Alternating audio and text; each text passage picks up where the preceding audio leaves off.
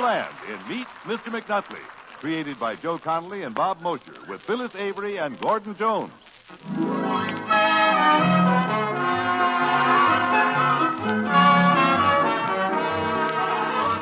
Well, there's an ice cream parlor, much favored by the girls of Lynn Haven College, that is never patronized by Professor Raymond R. McNutley, head of the English department.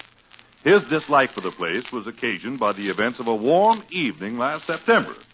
The new school year was just about to start, and Ray and his wife Peggy had Dean Bradley to dinner. They were sitting out on the porch, and Peggy was saying, "Doesn't seem at all like September. Why, it's as warm as the night in midsummer. Ray, maybe Miss Bradley'd like a drink." Oh, why, sure. What'll it be? Could I get you some root beer? Why, yes, that would be nice. We haven't any root beer.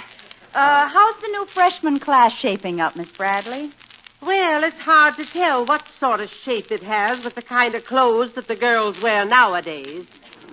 Blue jeans, sloppy sweaters. How about some orange soda? Oh, that'll be fine, thank you.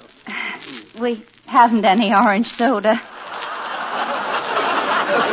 I know what I can get you, Dean Bradley.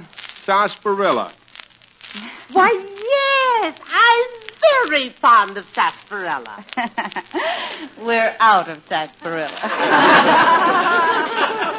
This place is a dried-up oasis in the heart of the Sahara. What have we got? We have an old dusty bottle of raspberry fizzle. Well, why didn't you say so a long time ago? Isn't that great, Dean Bradley? I'll go right in No, thank you. Frankly, I detest raspberry fizzle. Oh. Well, it's really a very refreshing drink if you know how to get it down. It's so popular the stores can't keep up with the demand. To get this bottle, I had to bribe the clerk and promise to, Ray, this was one of 2 bottles that was left on our doorstep 3 years ago by a promotion crew. Oh, no, you're mistaken, Peg. That was grape swig. It was raspberry fizzle. I distinctly recall... You had the doctor at 4:00 in the morning. His diagnosis, I believe, was inside sunburn. The pain would disappear as soon as your stomach peeled. Well, I was run down and probably over-susceptible. Sure you want to have some raspberry fizzle, Dean Bradley? Oh, no, thank you. However, if you insist that I have something, do you have any ice cream? Oh, we always have ice cream. What's your favorite flavor? Butter crunch. Well, what do you know? You know, that's our favorite, too. Let's all have some, Peg. We haven't any. Well, I guess Miss Bradley be satisfied with maple nut or pistachio or walnut. Yes. We have no maple nut, pistachio, walnut, strawberry, chocolate, vanilla, pineapple, or tutti frutti. Oh, dear. In fact, we have no ice cream. Look, what do we keep in our refrigerator? Ice cubes. Something's out of adjustment, and it keeps making them faster than we can use them. Really, Dean Bradley, this is all very embarrassing. Oh, it's quite all right. Think nothing of it, please. Say, I have an idea. There's a new place that just opened off the campus. It calls itself the Jigger Shop. Ice cream candies, soft drinks. Why don't we go down there? Oh, how about it, Miss Bradley? Well, our girls will probably make it a rendezvous, so I should like to look it over and ascertain its character. Why don't we stroll down and have some butter crunch? Well, say now, that's the spirit. Don't you think so, Peg? I'll run the car out of the garage. Ray, Miss Bradley said stroll. Well, honestly, to hear her talk, Miss Bradley, anyone would think I never went anywhere without a car. I just thought, since it's such a warm night, that you'd rather... Oh, I love to walk. Well, shall we start? Coming, dear? Why, certainly. I was ready 5 minutes ago. Just waiting for you to make up your minds how you wanted to go, that's all. Now, just sing out if I set too fast a pace. I don't want to exhaust you. I sometimes forget myself and drop into the famous ground-covering stride I used when I won the 100-mile cross-country marathon. Girls? Girls, will you take it easy? Hey, girls! Wait for me!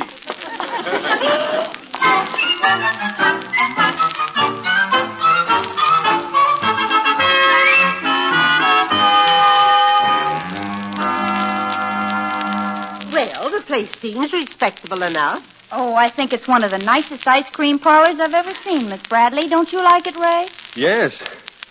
Yeah. Very pretty. Anybody get out time in that last quarter? Must have been pretty close to the Olympic record.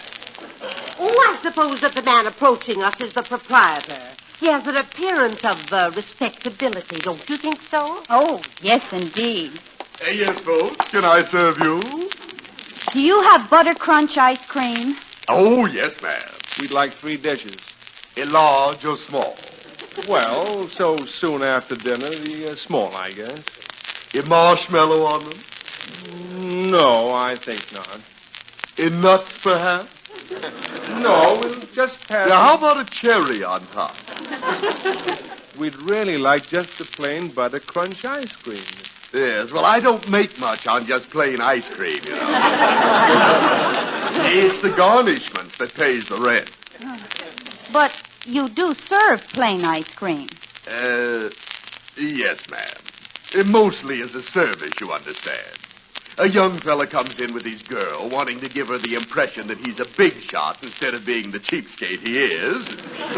Well, I got a heart, I serve him. Well, I'm a cheapskate, and we want 3 dishes of plain butter crunch. Yes, sir. Coming right up. So I don't blame a man for not wanting to shoot his relief check all in one night. Well, really, Mr. McNutley, you were very short with the man. Yes, you were almost rude. I didn't like his attitude. Well, I thought he was very gracious under the circumstances. Yes, indeed. Well, here we are. 3 small, plain, naked as the day it was born dishes of butter. Thank you. Oh, it looks very delicious, doesn't it? Well, I can't say. I didn't bring my reading glasses. I had a wart on my 3rd finger once. It was just this size. Will there be anything else? Yes. Where's the water? The gentleman's lounge is out back.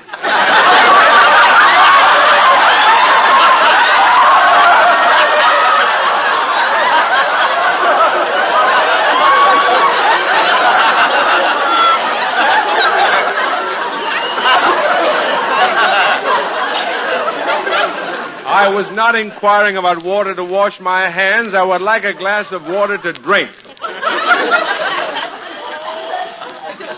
Don't you have water at your house? Certainly I have water at my house. Then why do you walk all the way down here to drink mine? Look, when I left home, I wasn't thirsty. But the minute you get here, where the water runs through my water meter instead of yours, you are thirsty. Is that it?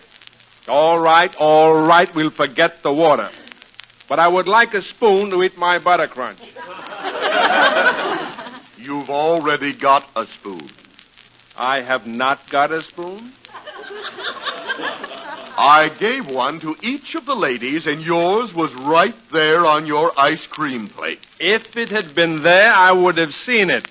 Lying beside this anthill of ice cream, it would have jutted up like the Washington Monument. Maybe you put it in your pocket. I did not put the spoon in my pocket. Maybe you swallowed it. It's surprising to me what souvenir hunters will do to get away with something. My dear sir. Jones is the name. Thank you. My dear Mr. Jones, I am not a professional sword swallower, nor am I a shoplifter, and I would like a spoon to eat my ice cream. Well, you just shake your pockets or maybe burp, and I think you'll find the one I want. Really, dear, I think it's mean of you to tease the poor man. You're very dexterous, Mr. McNutley. Now, I usually can catch on very quickly to such parlor tricks. But I must confess I'm quite mystified. Tell us, where did you hide the spoon? I never had one!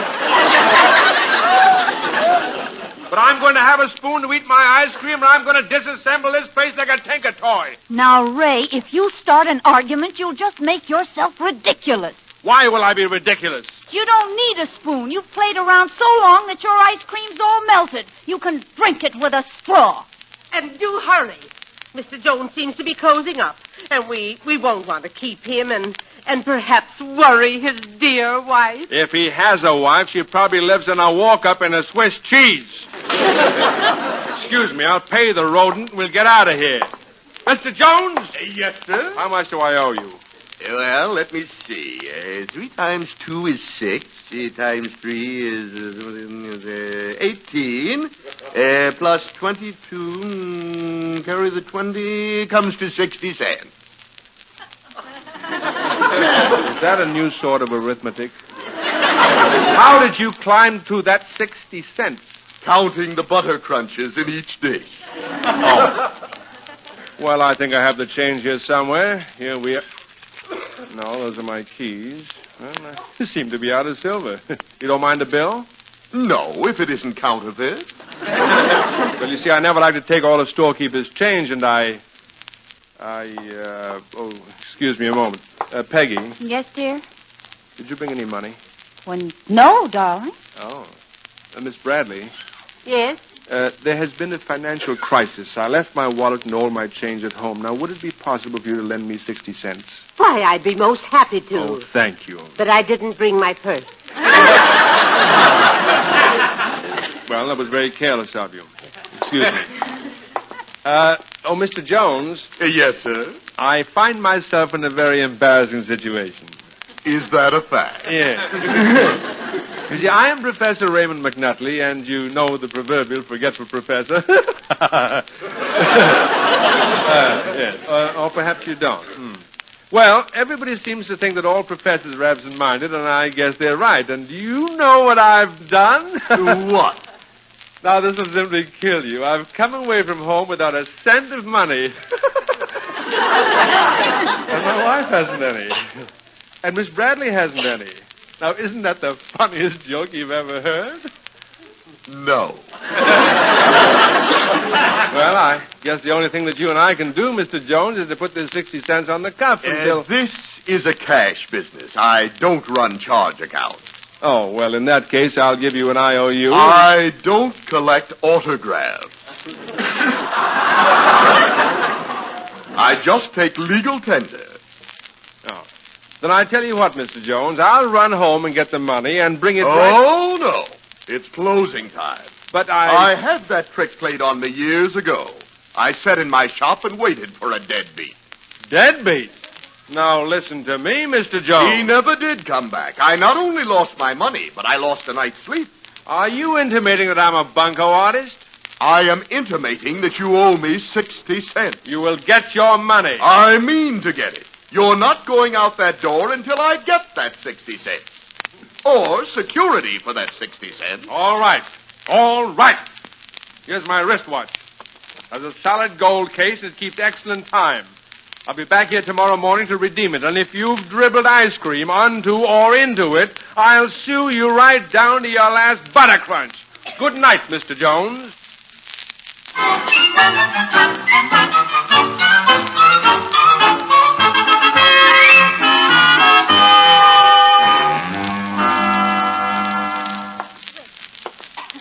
Mr. Jones, never in my 35 years of contact with the human race have I met an individual who had entirely missed evolution and was still an ape. Good morning, Professor McNutley. Good morning, Doctor. Good morning.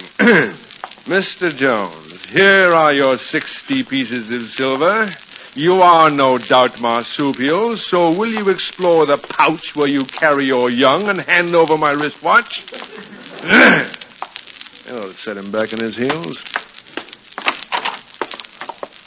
Mr. Jones, never in my 35 years of contact with the human... Mr. Jones? Hello, anybody here? Oh, good morning. Oh, how do you do? I would like... What can I show you? Nothing, thank you. I'm not here to examine feminine charms, but to see a Mr. Jones.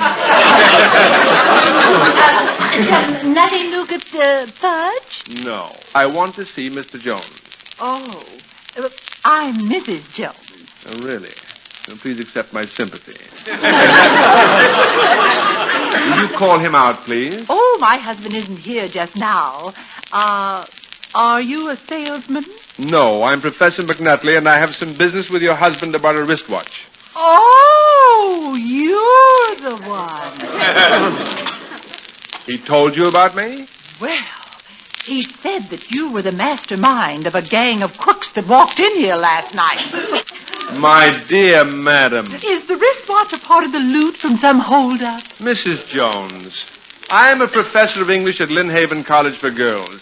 My only association with a holdup was during a basketball game. I contributed a safety pin to one of our young players who was losing her bloomers. Now, since Mr. Jones is not here, do you mind if I wait for him? Why, of course not, Professor. Thank you. Oh, dear, I almost forgot. Yes? There is a small cover charge when anyone occupies a chair without ordering something. How much? 10 cents. Tell me, if I order a drink that costs 10 cents, I can sit here free, is that it? Oh, yes, Professor. Well, what have you? The only thing at that price is raspberry fizzle. Oh, yes. Well, you may bring me a glass. I don't have to drink it. Oh, by no means. It's your raspberry fizzle. And as my husband said when we opened the place, Ada, always remember the customer is king. Always crown him if you can. Here you are, Professor. Thank you. By the way, when Mr. Jones stepped out, did he take my wristwatch with him? Oh, no, it's in the safe. Well, that simplifies the matter. I have a faculty meeting. Now, I suppose I give you the 60 cents and you give me the watch. But I don't know the combination. Oh. You'll just have to be patient and wait for Mr. Jones. Very well. You don't mind if I go on with my work? No, not at all. Drink to me only with thy night, and I will pledge with mine. Just leave a kiss within the cup. Mrs. Jones! Yes, Professor? As I said, I have a faculty meeting. When do you expect Mr. Jones to return? Oh, sometime this evening. This evening? My dear woman. Well, never mind. Just tell Mr. Jones I was here and that I'll be back. Oh, just a moment, Professor. You owe 10 cents for the raspberry fizzles. Oh, I'm sorry. Here, you can take it out of this. A $10 bill? Oh, I can't change that. Oh, very well. I'll pay your husband this evening. Oh, I can't do that, Professor. When my husband isn't here, I'm responsible for the cash drawer. As I told you, I'll pay him this evening. Professor McNutley, I warn you, if you try to walk out of here without paying that 10 cents... My dear or woman. leaving security for that 10 cents, I'll scream my lungs out. All right. Here's my tie pin. Please don't thrust it into your heart and blunt the point. When you see Mr. Jones, give him my raspberry fizzle and the message I will return this evening with reinforcements. Good day, Mrs. Jones.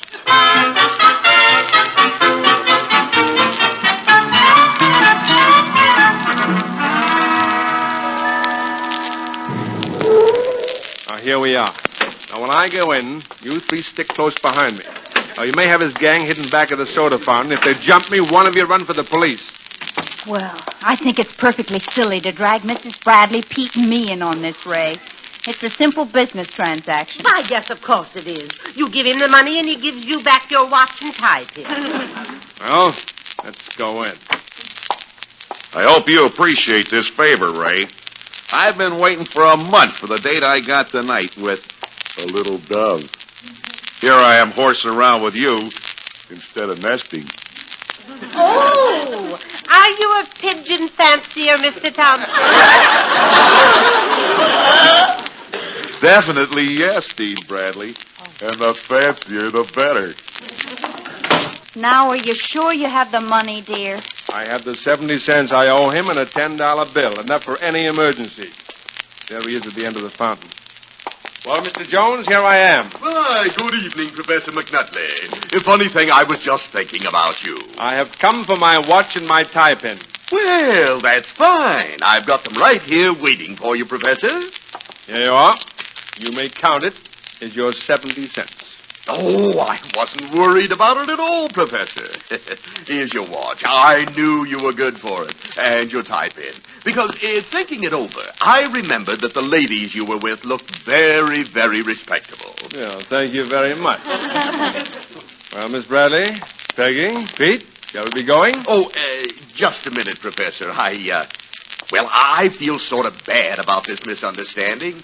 After all, this is a new place, and I want to start off on the right foot.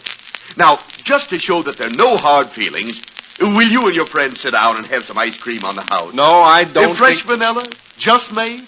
Oh, I think that's very generous of you, Mr. Jones. Why, yes, Mr. Jones, we accept your invitation in the spirit in which it is offered. Oh, now wait just a minute. Look, the man's trying to be nice, Ray. And if he wants to give us some vanilla, you're going to be a sorehead and say no? Well, all right. But just to keep things straight, you say this is on the house, Mr. Jones. My compliments, Professor.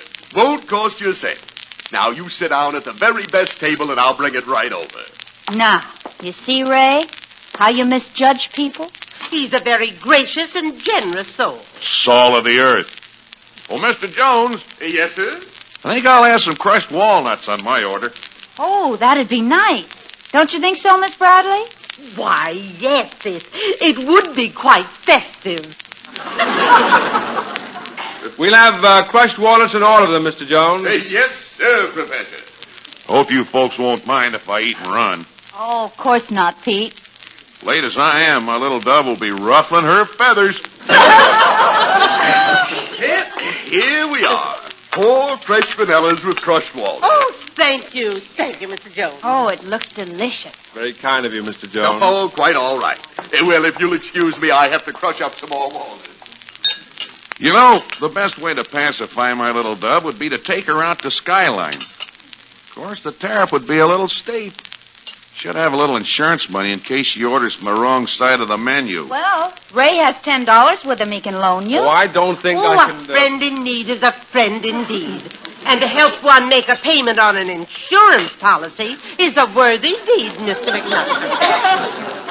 Well, all right. Here you are. My pal. Now, if you folks can get along without me.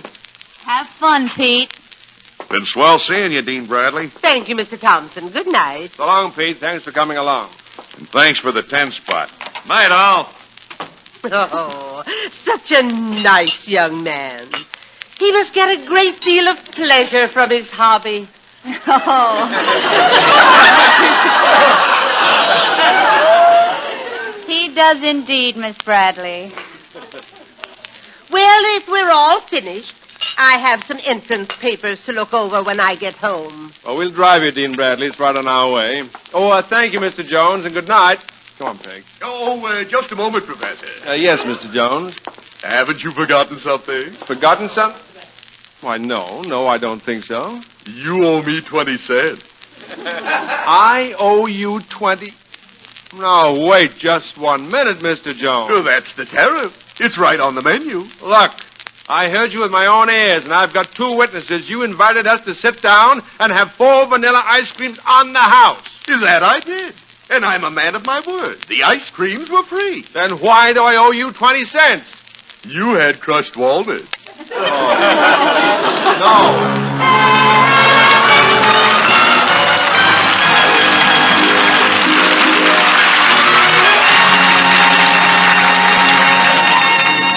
Tonight's show was directed by Joe Rise. The Ray Milland Show is a review production.